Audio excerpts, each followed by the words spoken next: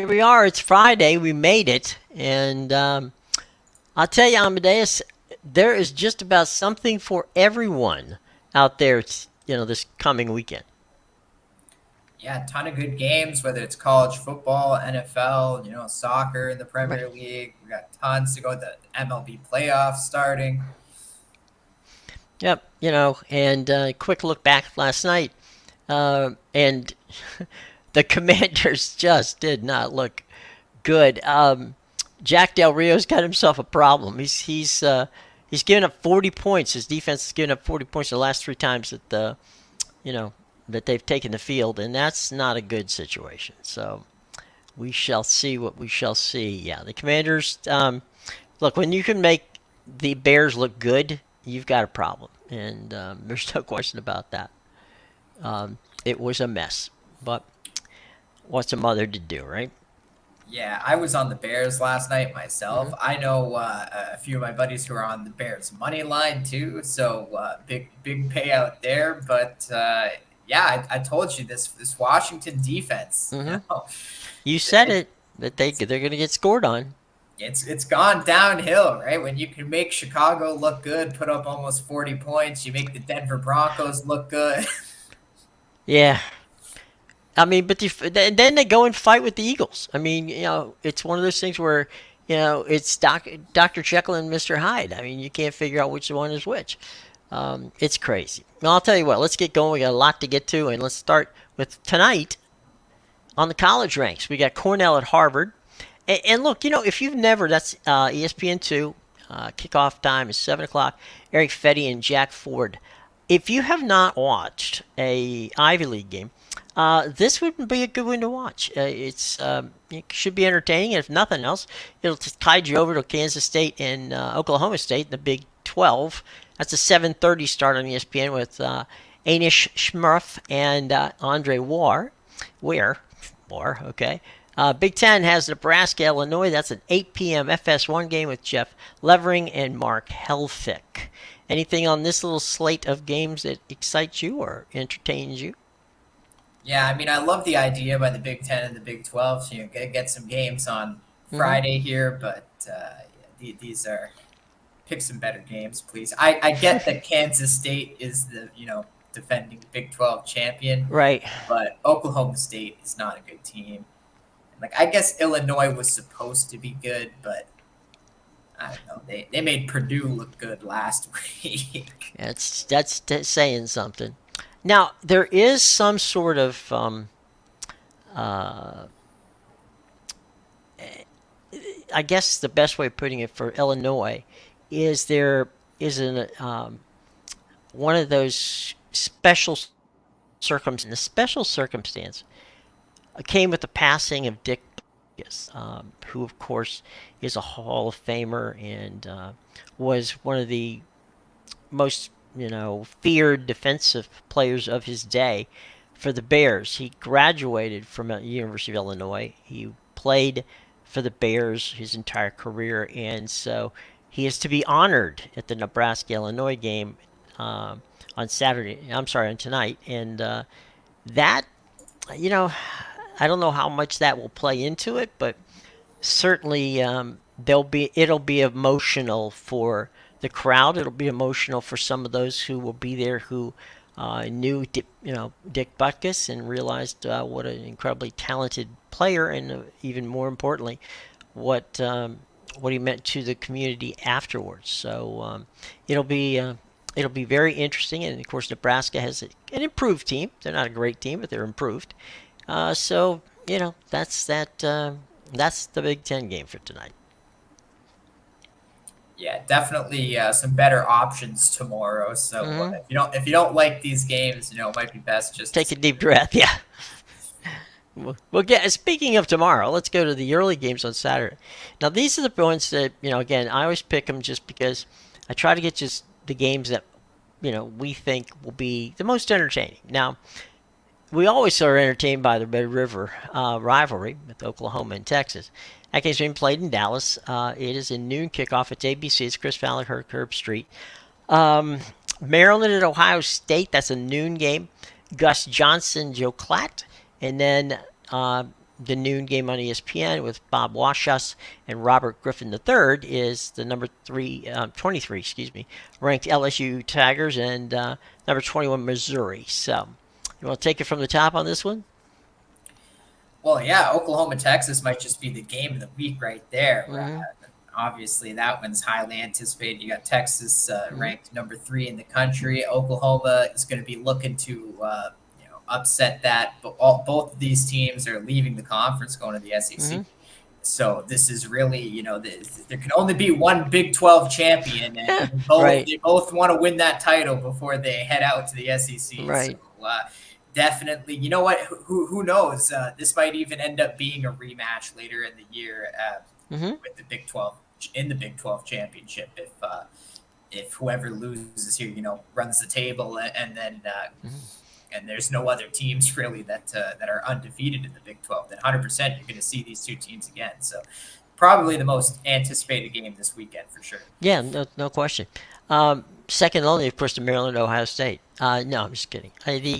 However, this could be a trap game. Maryland has played very well. They're scoring a lot of points. Ohio State's number 4. They came off of an interesting and in a very emotional win last week. Uh, this to me, this could be. I think you mentioned it yesterday that Maryland's a 20-point dog in this game. Yeah. I don't know. I just, you know, I, are they going to get the horseshoe and win? Maybe, but I don't think they're going to get blown out. I definitely don't think that's going to happen. It's going to be an interesting game to be sure. Yeah, this is one of those games where if you look at the scores between these two, Ohio State Mm-hmm. always blows Maryland out of the Mm-hmm. water. But this is a really good Maryland team, obviously, led by Tua's brother there. They definitely have an Mm-hmm. offense, that's for sure. And I'm not fully sold on this Ohio State team myself. I don't think their offense is that great. So we'll see if they can put the points up to clear that 20 in this game.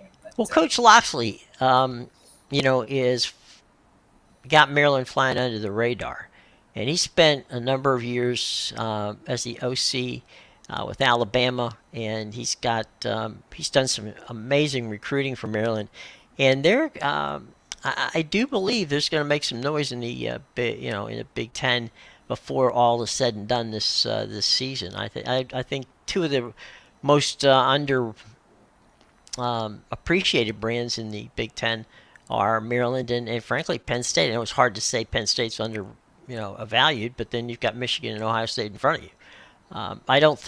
I think Penn State could easily beat Ohio State, and we'll see that soon, and give Michigan all they could ask for. But we will see how that goes. I think you and I both are on Missouri here. I think playing at home and playing some good football.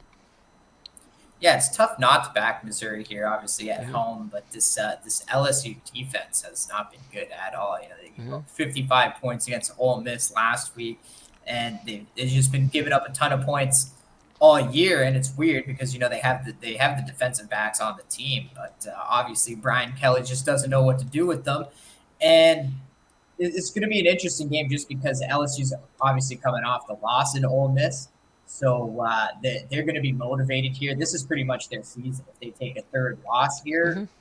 yeah, I mean they're 2-1 in the conference right now with that loss to Ole Miss. But you still have to see Alabama. You still got to see Texas A&M, who are 2-0 in the conference. Obviously, they play Mm-hmm. each other this weekend, but only one person can win that. One team can win that division. So Right. I don't know if LSU loses this game, their season is done. I think their season is already done. They just need some help. Yeah. Yeah, they had their sight on the national championship. Their season ended after week. What was it? Week 0 that they Yeah, played? when they lost to FSU. Yeah. Or was it week 1? But their season is done. Okay, quick questions from Jerry. Jerry says the NCAA has shortened games, and says I'm missing about 10 plays per game. They've sped it up, Jerry. I know that. Obviously there's no stopping the clock on first downs anymore, and there's a number of other little situations where they've done everything to keep the games down a little bit lower and from a time standpoint. So it's yeah, I wouldn't. It'd be about 5, 6 plays that they've could have run, or maybe up to 10, as you say. It's certainly possible. That's certainly possible. All right, just take a look at the games starting at the 3 o'clock hour. All right, so that's Washington State, UCLA. That's on the Pac-12 Network. Ted Robinson, Yogi Roth on the call. Virginia Tech at FSU. That's a 3:30 start. That's ABC. That's Mark Jones, Lewis Reddick, and our buddy Quint Kesnick. Number 11 Alabama and Texas A&M. That's on CBS, and that would be, of course, the duo of Brad Nessler and Gary Danielson. So that's on the call. So Washington State's playing good ball. UCLA last week's defense played, but the offense didn't show. Yeah, UCLA they had a bit of a tougher time when they played Utah. They're coming out of a bye here. I believe both teams are coming out of a bye. So. Right. Yeah, Washington State, they've been a very underrated team. Cam Ward's killing it over there. They have a great offense, but I have questions about this defense, especially after they took such a big lead against Oregon State in their last game, and then kind of just let that go, and they ended up winning it by 3 in the end. But to blow that big a lead, UCLA, they have one of the best defenses in the country. Obviously, they're not going to have as much struggle, that they did against Utah, because they're not going to be on the road here. They're going to be at home in front of the 90,000 empty seats, and in the Rose Bowl. Yes. Yep, in front of the 90,000 empty seats in the Rose Bowl. But they won't have to deal with that hostile Utah crowd and the altitude. So yeah, I expect the defense to come to play. This is a very interesting game to me, just because Washington State obviously has a great offense, and UCLA has a great defense. I don't trust the Washington State defense, but I also don't trust the UCLA offense. I don't think they necessarily have a scoring points is a problem. Yeah. Yeah, so this is going to be one where maybe the UCLA defense has to keep them in this game. They opened as a 3.5-point favorite. It's gotten down to 3 now. Odds are it probably pushes, but we'll see. A lot of people like Washington State for the upset. I'll tell you what, out in LA, it is hot, which is uncharacteristic for this time of the year. In the high 80s and 90s, that could factor, in the game as it draws, into the third and fourth quarter, as to which team is in better shape coming down the stretch, because it's going to be hot this weekend at Pasadena when they get together at the Rose Bowl. All righty. Virginia Tech comes to Tallahassee to play the number 5 Florida State Seminoles. That's a 3:30 kick on ABC. Mark Jones, Lewis Kesnick, and as we said before, Quint Kesnick on that call. Yeah, so this is one. Florida State comes into this game as a 24-point favorite. Obviously, Florida State, they struggled against Boston College. They've had some interesting games, but they got the big win against LSU. They got the big win in their last game on the road at Clemson, which I think is really going to propel them going forward. And they're another team that's coming out of their bye week. And so now they've had not only 2 weeks to prepare for this game, but they've had 2 weeks to listen to all the talk about how Clemson should have beat them. Right. And, this is a team that they're still on the outside looking in. They're only ranked number 5. That would miss the playoffs in this final year, the 4-year playoffs. So Florida State, they're going to be coming out for style points here, and I'm almost tempted to take the 24 just because I think they're going to try and run it up. Virginia Tech is not a good team. They might be one of the worst in the ACC, but luckily Virginia is also there. So, but I can definitely tell you the worst team comes from the state of Virginia in that conference. So makes it easy to find. I will say this, and it's not past is not prologue, so that don't factor that in, but. Back in the days when Florida State was a perennial top 5 team for a decade, it was something about Beamer versus Bobby Bowden that just didn't work. Bobby and Florida State would eke by a Virginia Tech team that would give them every bit of crazy that they could handle. So that's not what we got this time around. But Virginia Tech and FSU have had some battles back in the day. So there you go. Alabama and Texas A&M. You talked about it earlier. I got to think that They don't want to start panicking in Birmingham, but I have a feeling that I mean, look, let's not joke here. Saban is safe. That's all. There's no going on there. But Texas A&M, Alabama just they need to beat Texas A&M, and that's not going to be easy at College Station. Yeah, 100%. It's not going to be easy, especially when they lost the last time they visited College Mm-hmm. Station. And, they almost lost last year in Tuscaloosa. That was a close 24-20 game. This Alabama team is, arguably worse than they were the last 2 years. Texas A&M, they're on their backup quarterback, Mm-hmm. Max Johnson, Right. but they just pulled off, a big win against Arkansas. These are the two teams, really. They're fighting for the Mm-hmm. SEC West right now. I think they're the only two undefeated teams in the SEC West. Right. So, the winner of this game, they definitely they got the lead. They have control of their own fate going forward here. So Texas A&M, they opened up as a 2.5 point underdog in this game, and that one's Mm-hmm. gotten down to 1 point. Alabama's just a 1 point favorite now. And I actually kind of leaned Texas A&M when it was 2.5. Now that the line has moved to a pick 'em, I don't know if I want it, but I would still lean Texas A&M in this game. I know a It lot of is people very can't tough. trust Jimbo, Yeah, though. that's true. He'll figure out a way to lose. It's tough to play in College Station, and not that Alabama is going to be intimidated no matter anywhere they play, but I'm just saying it's tough to play. And Alabama's had trouble on offense. If you are in a hostile environment where the crowd is giving you grief, it will not make it even any easier on Alabama's quarterbacks to hear what is going on and articulate it to the rest of the team.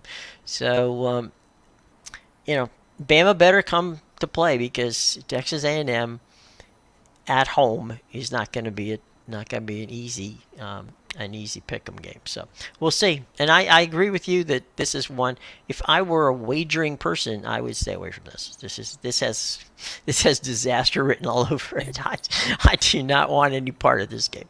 If you really need to have some action on this game and you don't Yeah. want to take either side, I kind of like the under in this one. And now it does What's the worry under? me.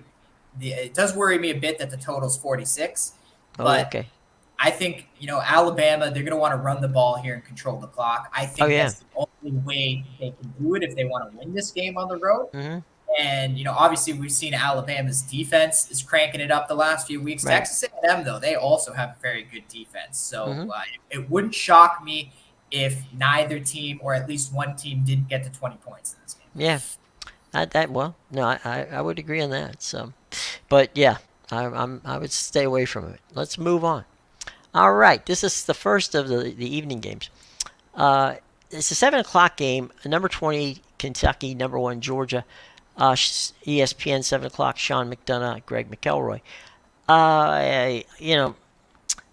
Georgia's having some problems. We noticed that, but and Kentucky has has been just annoying enough that they could give Georgia some problems here. Not saying they're going to win, although I think they could. This could be a trap game. I don't know. It's one of those ones where Kentucky is playing good ball and Georgia. It's not that Georgia's not playing good ball. It's just Georgia's not playing ball like Georgia usually plays. Yeah, I see Georgia gets the nice little single slot by themselves here, number 1 team in the country. That was me. Sorry. Yeah, in soccer we have our number 9s and our false 9s. Right, Well, yeah. now in college football we have our number 1s and our false 1s because Right. that's exactly what Georgia is. They're a false number 1 team here. This is not the best team in the country by Right. far. As you said, Jim, they haven't looked great. They've struggled in their 2 SEC games now against South Carolina and Auburn. Kentucky, they're off to a hot start. They got the big double-digit win against Florida last week. They're also undefeated. Now, all that being said, I would still lay the points with Georgia here. That's about 14.5. And I think I was looking at this game earlier. And so Georgia owns the all-time series 62-12 against Kentucky. And they are currently on a 13-game win streak since 2010.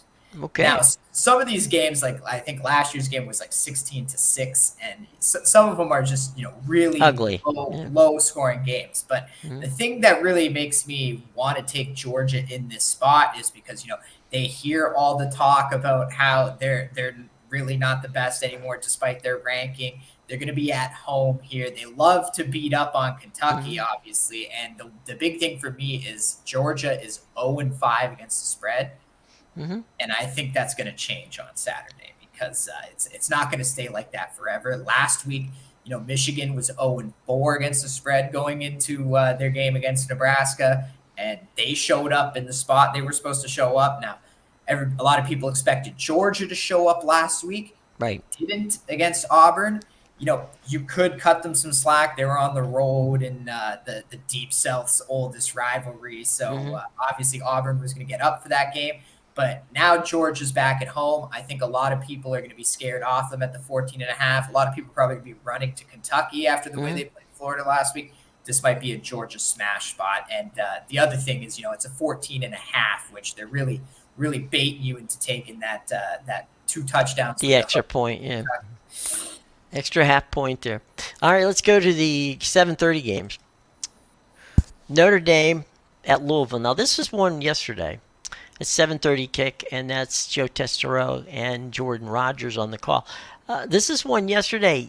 We were just talking in the pre-meeting, and you were on Louisville on this game. Yeah, I might have flipped my mind now. Oh, okay, fair enough. This is a game I'm probably not going to be on, but Louisville's a very good team. They're 5-0. They don't see like the top 3 teams in the ACC this year, so they definitely have control of their own fate. But that was a huge win on the road against NC State for them last week. And if they lose this game, it doesn't really affect them much because this is not a conference game for them. So I get they're at home, but I'm almost thinking it's a bit of a letdown after that win. Notre Dame, you can make the case that, they've had 2 really tough games in a row now. This is going to be their second straight road game. They barely squeaked by Duke. Obviously had the emotional loss to Ohio State. But I think for this Notre Dame team, they can't really afford to have a letdown. They've already had their 1 loss at home to Ohio State. Now, they could get helped there because maybe we're both wrong and Ohio State goes on to be the best team in the country. Right. Maybe they prove us wrong. It's highly unlikely, but okay. 50 this week, but yeah, let's just give them the benefit of the doubt. That's what Notre Dame's going to be hoping, and they're going to have to play every game with that thought in mind. We need Ohio State to just run the table, blow out every team, beat Michigan, and if we just keep doing what we're doing, we still have a chance with the 1 loss. Right. And that's why, because they do have some contenders. They got USC and they have some other big names. So yeah, I think this is kind of a must-win spot for Notre Dame, but the 6.5, it's a tough one, right? That's why I'm going to stay off. I do think Louisville is good enough to keep it a close game, but this is a must-win for Notre Dame. They can't afford a letdown here. Right. Well, Louisville. When I was looking into this, first of all, Papa John Stadium in Louisville is a very tough place to play. It's not a big venue. I mean, it's 50+ thousand people, so it's not a small one, but it's a loud one. And this, Notre Dame. I looked back. This is only the second time Notre Dame and Louisville have ever played each other, and it's the first time they played in Louisville. And I can guarantee you there'll be some people out there. I mean, this is the biggest. You could circle this one on the calendar because I'm sure that the kids from Louisville, with the idea and concept of playing a Notre Dame, they got to be sky high. Now, whether that can translate into a win, I don't know. But I do realize that the combination of the Louisville, fans, which they're absolutely bonkers, and and getting to play Notre Dame on, basically on the same field, if nothing else, they have their pictures taken with them. This is going to be a wild night in Louisville, and we'll see. How it goes. I think it's going to be close. I like you. I believe that Louisville is not going to, they're going to give them everything they got, and Notre Dame is going to have to prove that they deserve that number 10 ranking. Yeah, definitely. All right. Michigan, Minnesota. That's 7:30. That's the NBC Big Ten game of the week. Noah Engel and Todd Blackledge has the call on that one. Um, I don't know. PJ Fleck at Minnesota has a good team, but are they good enough to beat Michigan? I don't think so. Yeah, Michigan coming into the season. Well, not even coming into the season. After these first few games, Michigan and Georgia were kind of in the same boat. They were Mm-hmm. just being given the number one and the number two spot. Um, just for based off what they did last year, hadn't really played anybody. And I think now, since seeing I think both teams have played two conference games now. Mm-hmm. I think Michigan has proved themselves. This is the best defense in the country. They're averaging 6 points allowed per game, and they look like the new Georgia, because that was Georgia's things the last 2 years that they've won the Right. national title. It was all about that defense. They were giving up like 3 points a game. Well, Georgia doesn't have that defense this year, and Mm-hmm. Michigan seems to have it, because doesn't matter if you're playing some of the worst teams, you're still not letting them score. There's a lot of Right. teams that they'll give up garbage time, or they'll give up whatever. Mm-hmm. UNLV's one touchdown on Michigan was in garbage time. So just to show you, they could have been Right. blanked. They almost Right. blanked East Carolina. This Minnesota team doesn't have a very good offense. Now, Minnesota is at home, and they're going to get up for this game. So that might be the only thing. The spread has actually fluctuated a lot. I think it opened around 17. It got bet up to 20 really quickly. Wow. And now there's been a bit of buyback. It's around 18 to 19, depending on the book now. So it's coming back to normal levels. Yeah, so basically everybody wanted Michigan at the 17, and then when it got up to 20, everybody was like, oh, yeah, grab Minnesota. Right. Let's move the other way. All right. These are the 8 o'clock games. Number 24, Fresno State at Wyoming. That's 8 o'clock. Our buddy Tim Brando and Spencer Tillman on the call. You and I have been envious, I guess would be the word, or maybe perhaps respectfully enjoying Wyoming's play. And they're in Laramie tomorrow night, and they take on a Fresno State team, which usually has a good offense. But Wyoming has played some pretty good teams and given them all kinds of grief. Yeah, Wyoming is a really weird team, Jim. They have no offense. They look awful in their games, yet they somehow find a way to win. So I don't know what you chalk that up to, but yeah, if you ask me, so Fresno State opens as a 5.5-point favorite here, and if you asked me, who's going to win this game on a neutral site, I would tell you Fresno State's going to blow them out of the water. It's not even close. They're a much better team. They're a Mountain West Conference contender here.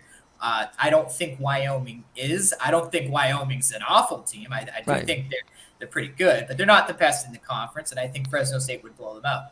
Now, that being said, Wyoming has a massive advantage with that, 7,000 feet of altitude there. Which they remind you of everywhere. Yes. Yeah, they got it posted like everywhere you look in the stadium. You can't look somewhere without seeing like 7220 or something like that, somewhere around there. But yeah, their resume is impressive. They beat Texas Tech at home. They kept it a game against Texas, who's ranked number 3 in the country right now. So definitely got to put some respect on this Wyoming team. This is a game I want no part of in betting, but definitely will be a good one to watch for sure, just because, I think Fresno State's a very good team. If they can come away from Laramie with a win here, watch out. Fresno State Air Force might be your Mountain West Conference championship right there. But if Fresno State loses, then it's going to make things very interesting in the Mountain. Very, very strange will happen. Texas Tech at Baylor, that's an 8 o'clock kick, and that's on ESPN2 with Brian Custer, Rod Gilmore. Texas Tech and Baylor, these two teams get at each other pretty well, and to me, they're also, we just talked about being middle of the pack, where Wyoming might be middle of the pack of the Mountain West. These two teams, have had so many injuries, but I think that they want to right now try to establish something to build on for both the end of this season and the future, because they've just both been pretty banged up from opening weekend all the way through now. They're down to their second and third string quarterbacks at times. Yeah, Jim. These two teams live in the middle of the pack for the Big Mm-hmm. 12 for sure. But Texas Tech comes in there about a 1.5 point favorite on the road here. Uh, I do think Texas Tech is the better team. This team was Mm-hmm. supposed to be really good coming into the season before they Right. got derailed in Laramie, before they, lost their starting quarterback, had that soul crushing loss to Oregon at home. Mm-hmm. They almost beat Oregon. Like Mm-hmm. that was a very good game. They Mm-hmm. had a chance to win. They were right in it to the end. So Texas Tech has a lot of good quality players. I think their team overall is a lot better than Mm-hmm. Baylor. That's probably why they're a 1.5 point favorite here. Now, that being said, this is another game I don't want any part of. If it was still battle of the backups, I would Right. absolutely be on Texas Tech. The Mm-hmm. fact that it's Texas Tech's backup versus Shapen coming back for Mm-hmm. Baylor just makes me a bit weary because even though Texas Tech does have the better team, they're still on the road in a conference game here with a backup quarterback who's unproven. And I'm going to have more faith in Shapen and the way that I know that Baylor offense runs with him in it at least. Well, and Baylor gave Utah fits, and almost took them out down That in was Shapen. yeah, I know, down in Baylor. So that's another reason to be on the Bears bandwagon. So we'll see how that works out. Should be fun. All right. Here's our 10 and 10:30 ball games. Oregon State The at only two 10 yeah, 30 games. the only ones that worthy of watching. Oregon State at Cal. They're heading to Strawberry Canyon for that game. Oh goodness. Oregon State's legit. No question about that. California, pretty decent defense, but not that offense is. They had a chance to beat Auburn at home. They've had a number of different things, opportunities, I guess you might say, to get off the schneid, but they've found a way to shoot themselves in the foot. Oregon State's not going to let them do that. They're just going to run over them. Yeah, this California team has disappointed me this year. I've expected them to be way better coming into the season. Mm-hmm. As you said, they should have beaten Auburn. That was an awful loss to take right at the end of the game too. Three Mm-hmm. missed field goals in that one. They had a chance to really bury Arizona State at home in the Mm-hmm. last game. I believe they're coming out of the bye week too, so this would have been before the bye. They had a chance to bury them like 21-3 and or something like that. They let Mm-hmm. Arizona State come right back at the end of the game. They ended up winning 24-21. So, yeah, I definitely not loving Cal in this spot. They are at home. They're a very tough team to play at home. And I believe Mm-hmm. they beat Oregon State the last time that they played in Berkeley. Mm-hmm. So that is a plus because this is a much better California team. But you could also say it's a much better Oregon State team. The offense has definitely Mm-hmm. gotten better under DJU. The defense might not be as good as it was last year. Especially since they gave up 38 points to Washington State on the road, so that does worry me here. This is another game where they have to travel. Mm-hmm. I don't know how good that defense is. California has very good defense, Mm-hmm. so they could do enough to keep the Oregon State offense at bay here at home. And the spread is 9.5 in this one, so it's one of those where Oregon State's got to win by double digits here. And even if they win the game, I think Cal could probably keep this close enough to cover the spread. Right. Okay. That's on the Pac-12 network with JB Long and Max Brown. Arizona is at the Coliseum. This is a rare situation where both LA schools are at home. USC number 9. That's a 10:30 start. Dave Fleming and Brock Osweiler on the call. I'm quite sure that USC is happy to be playing a football game that doesn't start at 9 o'clock in the morning their time. So 7:30 their time is a much better situation. My headset's giving me a little grief here today. So Arizona at USC on paper, this shouldn't even be a match, but we all know it's not played on paper; it's played on television. So we'll see how that one works out. What do you thought? Yeah, so USC, they're probably loving this game. That they went from last week, they had to play 9 in the morning Right. on the road in front of the probably the most watched game in college football, 10 million plus viewers. Right. Now they get to play at 7:30 at night their time. They're at home in front of 90,000 empty seats, and it's going to be lovely for them. It's the complete opposite of what they had last week in Colorado. But Right. yeah, this Arizona team, credit to Jed Fish on what he's doing over there. He got there, what is it, three years ago now? Yeah, 2 about years 3 ago? years ago. Yeah. And yeah, he knew it was a big project. He even came out. He was like, "Don't expect us to be good right away. This is an overhaul." And I think in that first year that he Right. got there, they had something like 50 new players. Like, never mind the transfer portal record Colorado broke this week. Jed Fish did it first 2 years ago in Arizona. Guy had a 50-player overhaul with that roster. There were buses coming in. Yeah. Pretty much. Literally everybody on the team his first year had the "hello, my name is" tag, as you like to say, Jim. Right. But yeah, you know what? This Arizona program has come a long way under Jed Fish. Obviously, they're missing Jaden Delora, their starting quarterback, but it didn't matter last week when they kept that game close with Washington. Obviously, they were never really – the score looks a little closer than the actual game. They were never really within striking distance to win that one. There was always kind of Washington was keeping them at an arm's length, always had a double-digit lead over them, let them score that garbage time touchdown. But still, we've seen Washington blow out every team they've played so far. They went to the desert.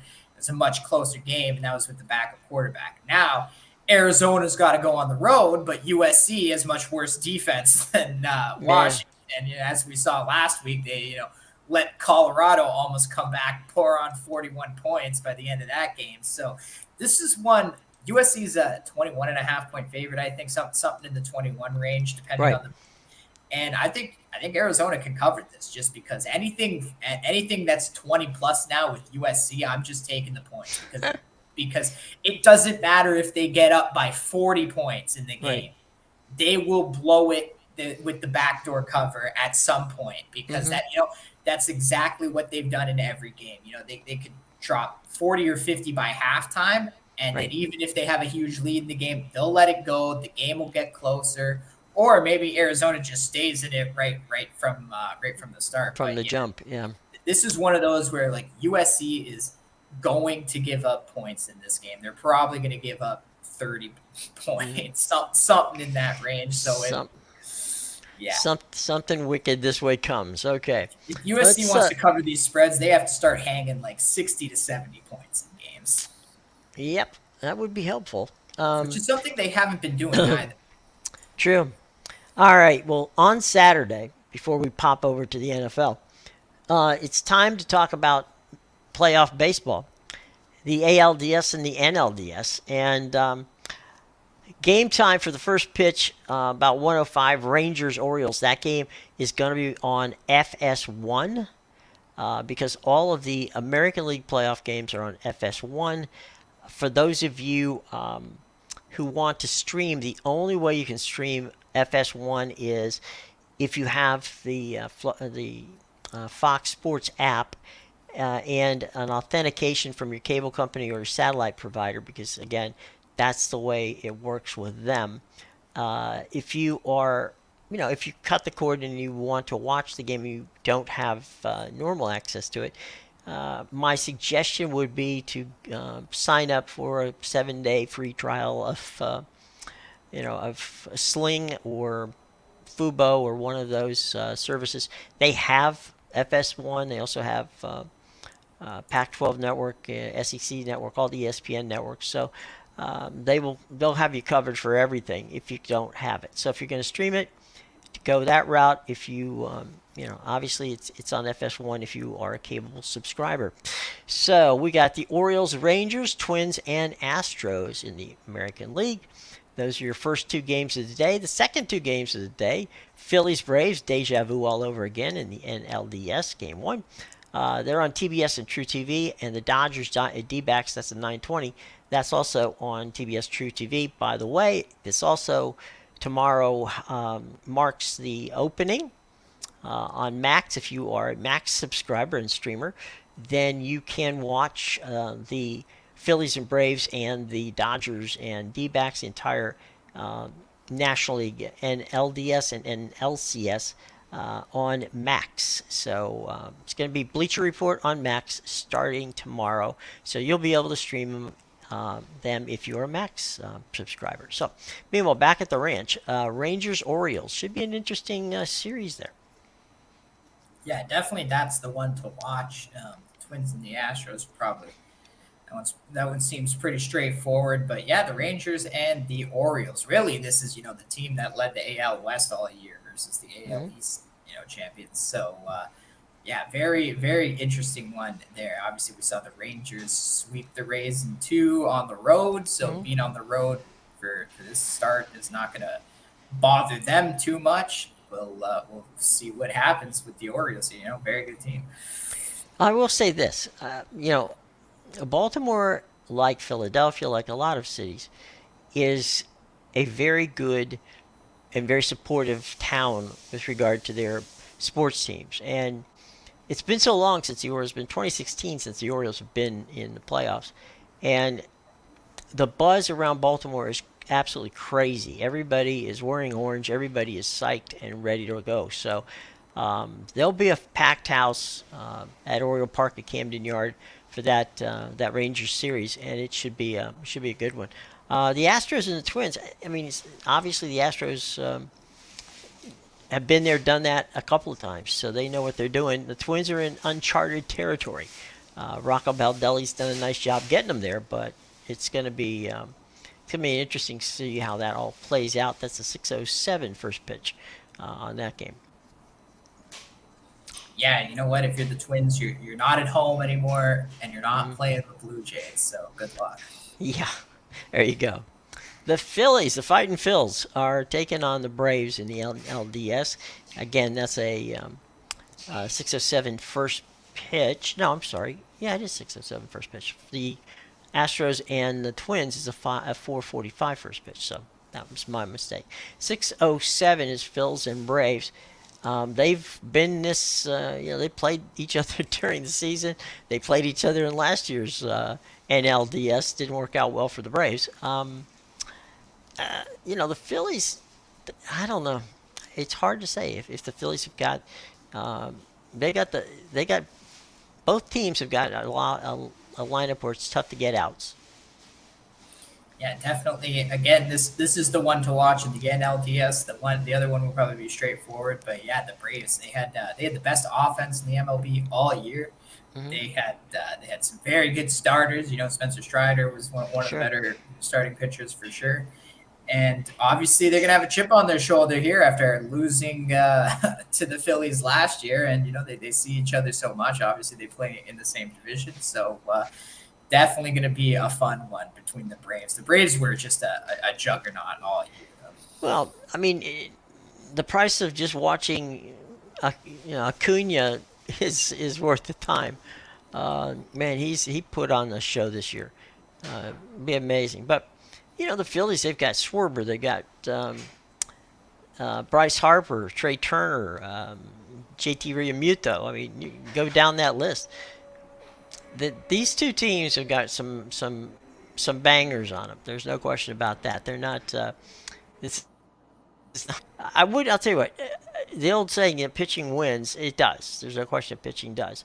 But it's going to be hard for the Phillies and the Braves to pitchers to get past these guys. There's not a lot of swing and miss guys in these two lineups. These guys put the ball in play, and a lot of times, it's going to be interesting. There's no question about that. Now the Dodgers D-backs, that's unique. We have seen Dodgers and D-backs have played each other. Again, this is one of those situations where you've got the two teams who are from the same division, and there is a definite familiarity between these two teams. And in fairness, the Diamondbacks have given the Dodgers all they can handle this season.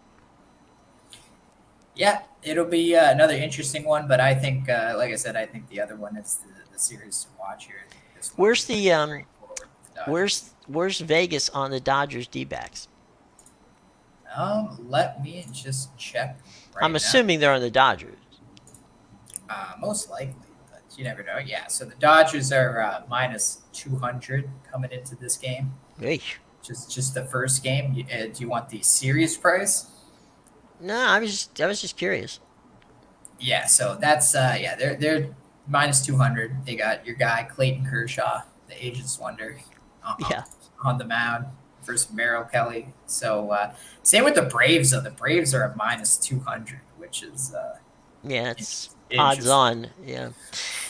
Um, Sunday, real quick.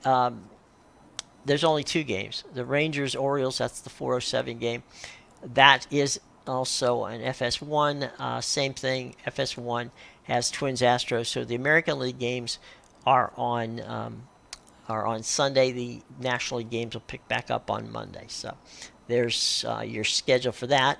All right, let's pop on down to the NFL and what we got going on this coming Sunday. Let's start with the early games on CBS. The early games on CBS, Baltimore and Pittsburgh. This is a North division rivalry. Ian Eagle, Charles Davis on that call. New Orleans, New England. It's Harlan and Trent Green on that one. Tennessee at Indianapolis. Spiro Ditas and Adam Archuleta. Baltimore, Pittsburgh. They year in and year out have some fun, brawls, and Baltimore, as you said yesterday when we were talking about this. Baltimore wins this, they actually remain undefeated. Or no, I'm sorry, they would remain undefeated in the division. They'd have 3 wins in the division. Yeah, they'd have a win against every team. Right. Only 5 games into the season. That's a good situation to have. Um, so it's gonna be. I'll tell you what, it's gonna be tough since Pittsburgh's not scoring points, uh, and they just have to get that. Yeah, it's easy for me to say. They just have to get that offense fixed. I'm not so sure that playing against Baltimore's defense is the best way to get your offense back. So it's gonna be tough. And there'll be a lot of very interested. There'll be a lot of people at Camden Yards with the radios listening to the football game as well, so they can hear what's going on with the Orioles while they cheer on the Ravens over in Pittsburgh. So, as I said, Ian Eagle and Charles Davis with the call.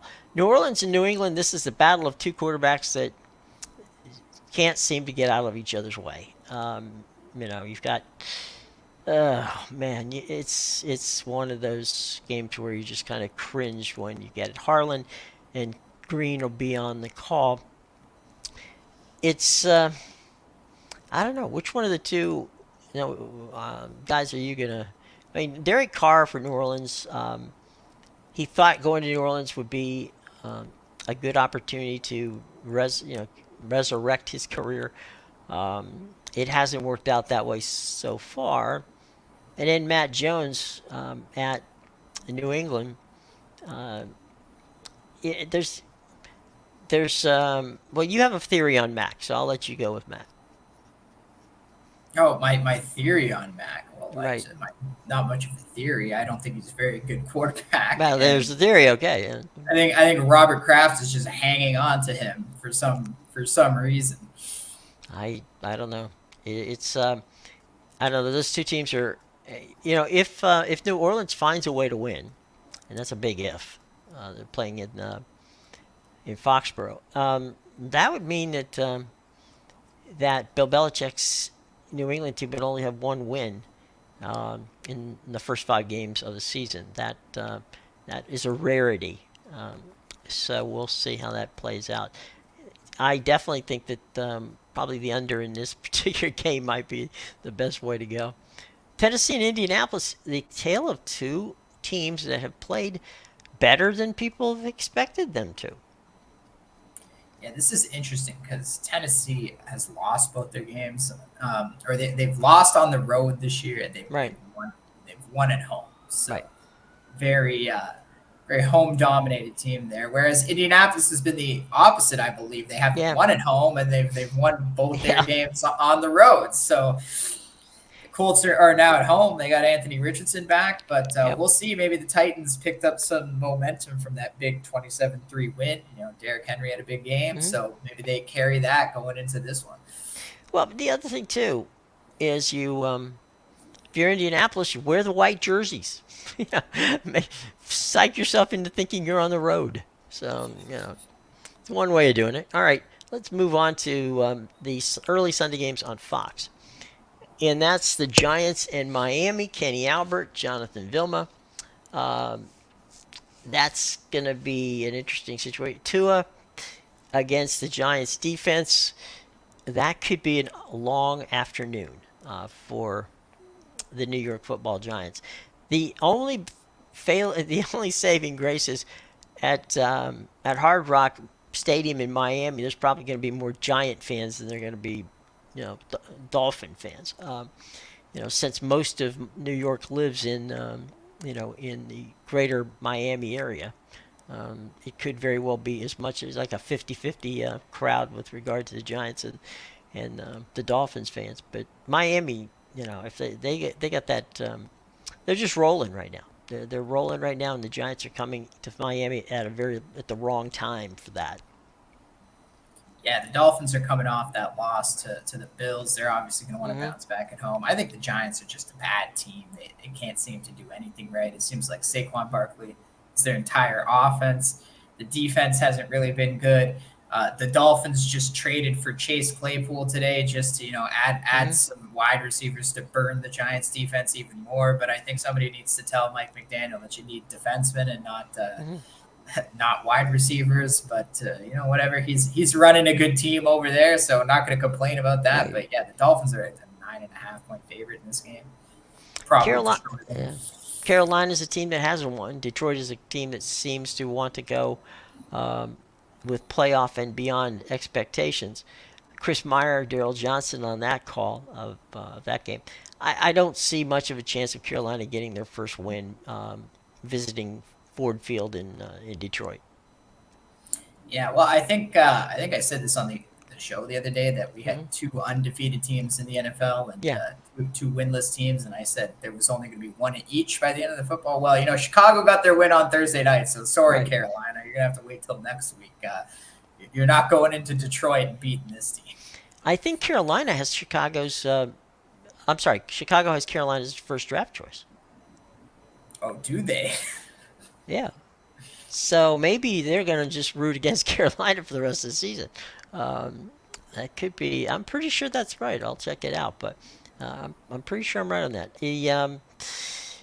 Houston and Atlanta, that's the tale of two interesting teams. Houston playing better than expected. Atlanta maybe playing a little less than what was expected, because Atlanta was the preseason favorite, stunning to me anyway, to win that division, the South.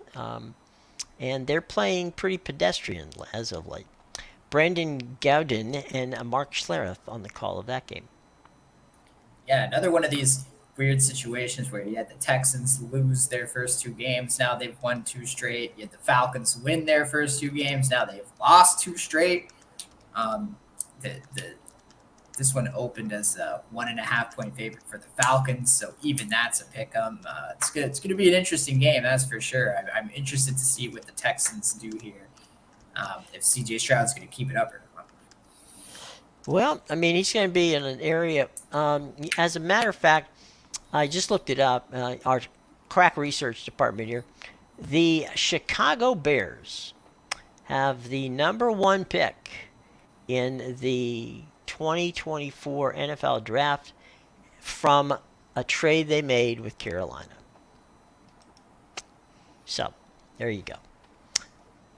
Not too shabby. All right, here's our late games. On Fox, Philadelphia at the Rams, Kevin Burkhardt, Greg Olson. Cincinnati, that's your team out there in the desert. Kevin Kugler and Mark Sanchez on the call for that game. So, Philadelphia going to play out in Los Angeles. The Rams have been, not consistent. That's for sure. Philadelphia coming off of an emotional win. I don't know. That's an interesting game. Yeah, the Rams opened as a 5.5 point underdog. It's down to 4 now. Yeah. I believe Cooper Cup's supposed to be coming back for this game just to add some more weapons there with Hmm. Puka Nakua, who's already killing it. And He is crushing this, it. There's no question about that. yeah, but this Eagles team, they haven't really looked great in the first four Right. games. Yeah, they're winning games, but they're not doing it in the same dominant fashion they were doing it last Right. year. And personally, I think the Rams have an offense that can keep up with the Eagles. I Hmm. wouldn't be shocked if the Rams beat them and give Philadelphia their first loss here. Hmm. Cincinnati, Arizona. That one, Kevin Kugler and Mark Sanchez are on. Uh, Disappointing in Cincinnati. A lot of people are. And Arizona, it's kind of like a tough time. These are two teams that, have to find a way to win because they found an awful lot of ways to lose. Yeah, this is a big stay away game for me, Jim. I'm a Cardinals fan, and this isn't even a game I want to watch, let alone bet on. If you really want to bet on this game, I got a 1-800 number that you can call. There you go. All right, here's we go with the late games on CBS. Stunning. That's right. Kansas City and Minnesota, Jim Nance and Tony Romo. The Taylor Swift watch is on. New York Jets against Denver. That's Andrew Catalone and Tiki Barber along with Matt Ryan. Um, an interesting thing happened this past week, and that is that the National Football League did something that the National Football League never does. They called their media partners, which of course is Prime Video, which is CBS, NBC, Fox, and ESPN, and they asked them to give in their pregame shows a free ad spot to Taylor Swift's, movie, which is dropping next week, October 13th, on her concert tour. Now, it is interesting to note that no one from either the movie production team or Taylor Swift's people made a phone call to anybody. It was the NFL showing their appreciation, according to the league, that they wanted to show their appreciation for Taylor's support of the NFL by giving her a couple of spots in those early games. So, the NFL, not normally known as a benevolent organization when it comes to giving away ad space, comes up giving away ad space to Taylor Swift, and I don't know what they expect to happen from it, but it is what it is. So Kansas City um, and the Swifties will be watching Minnesota. Nance and Romo got the game. The Jets in Denver. The triad of Catalone, Barber, and Ryan on hand in the desert. I'm sorry, in Yeah, Denver. In Denver, I'm sorry. yeah. I don't know what the NFL is thinking. It's such Well, I a know what they're sham. thinking. It's just, There's it's so obvious, Kelsey and Travis Kelsey and Taylor Swift. They're yeah. not dating. They have some kind of deal going on to boost each other's publicity. It's such a Yeah. joke. The fact that the NFL is supporting it, it shows the disconnect between them and the fans because the real football fans, they don't care. They don't want to see Taylor Swift. They really don't care about the ad space. And frankly, she's going to get to go watch her Travis Kelsey and the Kansas City Chiefs lose in Minnesota because the Vikings are coming for them. And the Chiefs have not been a strong team this year. They got helped in Jacksonville. They lost to the Yeah. Lions. They had their one blowout against the Bears. Well, we know how that Bears defense is. They struggled to beat the Jets again. Needed some flags to get by that one. They're going to Minnesota and losing on the weekend. Oh well. Um, that'll give Taylor some ammunition to write a song. So no question about that. It's I mean, this is just a interesting. Even Travis Kelsey said the other day that I don't understand what's going on here because we didn't ask for any publicity, and I have no reason to see why that we're getting it. So now I started off, and I should have given this first because there is a game in London, and It's an early morning one. It's on the NFL Network. It is Buffalo taking on Jacksonville. Now, Jacksonville has had a bit of an interesting situation. From what I understand, they've had a lovely week in London so far. This game's going to be played at Tottenham Stadium, where the Spurs play.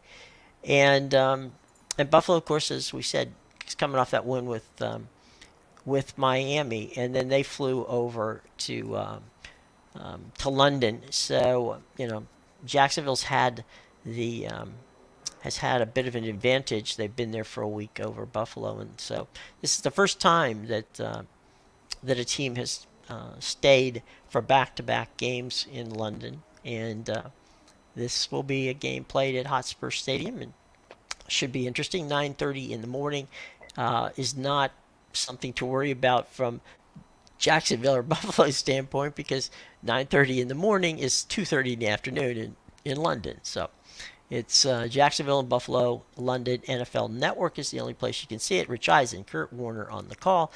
Sunday Night Football, that's the one we've been waiting for. It's Dallas, it's San Francisco. It is going to be hopefully a barn burner. Those two teams, back in the day when both were fighting for the NFC Championship and Super Bowls, with the likes of Troy Aikman and Joe Montana and Steve Young at the helm. Those were the days, my friend. And now they get together out in the Bay Area, and we'll see how this one plays out. Two good defensive teams with some offense. Yeah, definitely going to be some implications there for the NFC number one seed as well. So that'll definitely be finally a good primetime game to watch. And with the other one, I think the Jags might be the play, just because they do have the advantage. They've been there a week. They're already accustomed to the time change, and they're not distracted by sightseeing. Sometimes these trips can be a distraction. Buffalo's going to go there. Maybe they bring their families. Go do a little sightseeing around England. Well, Jacksonville, they were there. They were there the week before. They've had time to do this. Okay, they're going to be ready for Buffalo. Plus, well, they go every year, so they pretty much you're used to it. Yeah, they're probably one. They probably could take Buffalo on tour of everything around there. It's going to be an interesting game.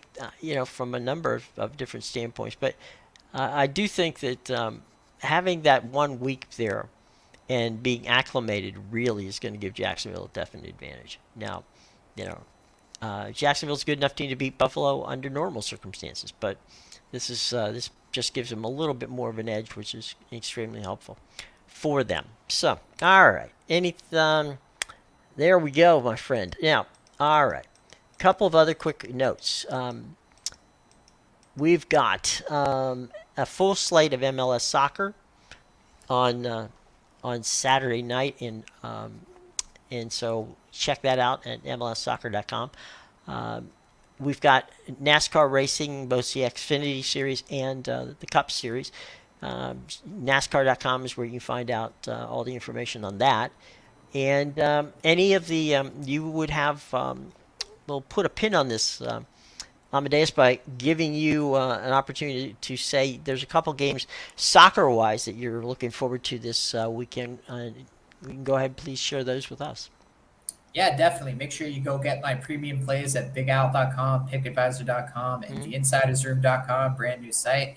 I'm going to have tons of I don't have much up for tonight. I didn't really like the college football, but I just posted 10 college football plays for tomorrow.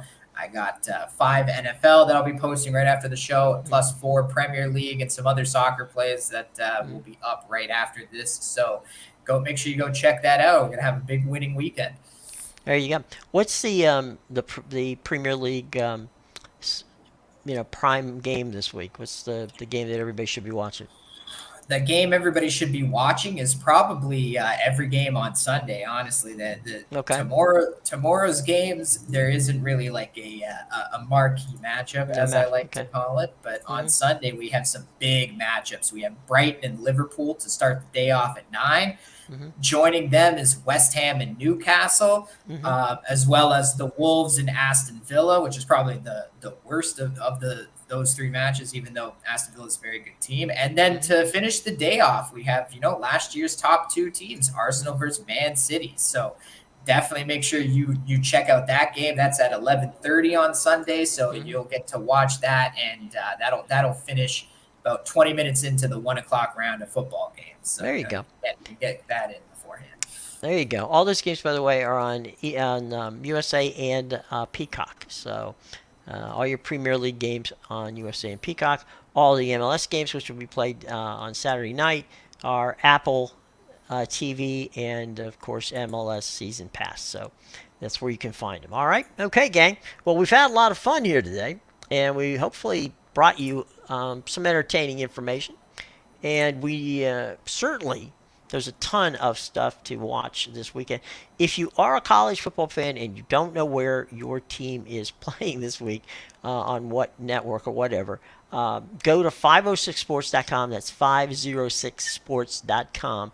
And they have a very well laid out list of where all the schools are playing. And so that way you'll know who what network to watch and who your broadcasters are. So, and they literally have almost every Division One and even some of the Division Two games. So you can, if you have any problems finding anything like that, again, it's 506sports.com. That's where you can find all of your information with regard to what, where your team is playing this week on television. Okay. All right. Until Monday, I am Jim Williams for. I'm Amedeus, but it's easy for me to say. Amedeus, and we'll see you back on Monday, everybody. Take care.